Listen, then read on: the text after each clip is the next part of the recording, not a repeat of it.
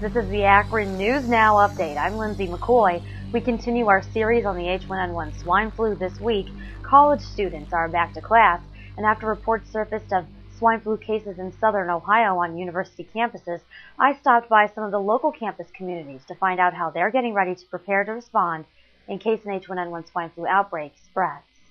Like many Ohioans gearing up for the flu season, these Kent State students are willing to wait in line to protect themselves from a potential outbreak, and for good reason. So far, 3 universities in the Buckeye State have reported suspected cases of swine flu. At Miami University, 2 confirmed cases at the University of Cincinnati and at Xavier University. I mean, it's scary.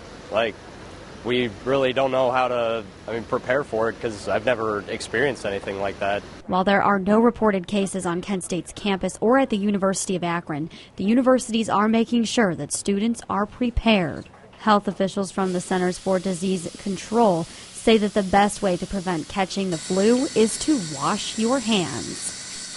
Local university officials have placed flyers around restrooms to warn students about potential symptoms and how to wash their hands to keep them safe from the swine flu. It's not if we get a case. We're starting to think it's when we get a case, and how do we manage that. In the event that students living on campus contract the virus, Reeves says that they'll be asked to go into self-isolation and stay in their dorm rooms. Then we certainly would want to see that student immediately.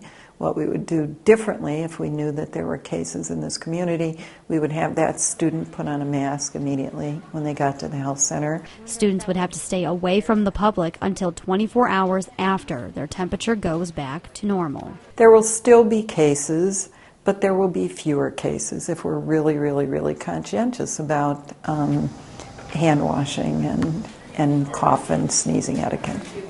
Lindsay McCoy, Akron News Now.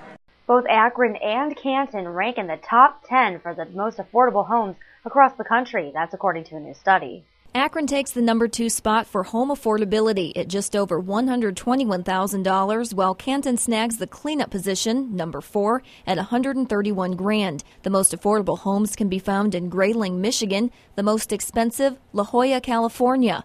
Overall, the study shows buyers can find a 2,200 square foot 4-bedroom home for under $200,000 in more than 80 U.S. markets. The news comes from the Coldwell Banker's 2009 Home Price Comparison Index. Tina Kaufman, Akron News Now. Talmadge police have arrested a wanted fugitive in Summit County. Jeffrey Albrecht was taken into custody on Wednesday after a short vehicle pursuit when police saw him leaving a Britain Road business in a stolen vehicle. Police say he is suspected of several residential burglaries in North Thomas Road, the Hilltop Terrace area. He is currently being held in Summit County Jail on 4 felony charges, including aggravated burglary, failure to comply, and receiving stolen property. University of Akron's chief financial officer has been replaced. John Case is no longer the CFO. He's been replaced by Scott Borgamenke, who is the UA's VP of Finance. UA spokeswoman Laura Massey. Dr. Case was relieved of his CFO administrator duties on September 10th of this year. So he is going to be assigned other tasks by the university that is yet to be determined.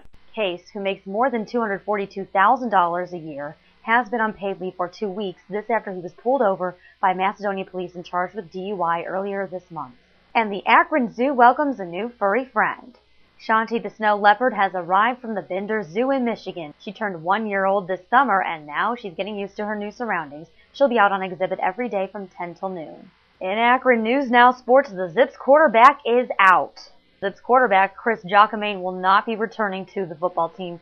University of Akron officials kicked him off for violating an undisclosed team policy. Zips football beat writer David Lubich of the Book Delight said that the head coach, Davey Brookhart, has been tight-lipped about the entire situation but realizes how tough it is to replace the senior quarterback. Team officials say Jacquemain will remain on scholarship. Lubich says that the team will rally around the new starter, Matt Rogers. Well, if you have a news tip or a story idea, just shoot us an email. It's news@rcrg.net. We'd love to hear your feedback. You can also follow our updates on Twitter and our Facebook status, too. And remember to check out our website for the latest local news online on demand now. For Akron News Now, I'm Lindsay McCoy.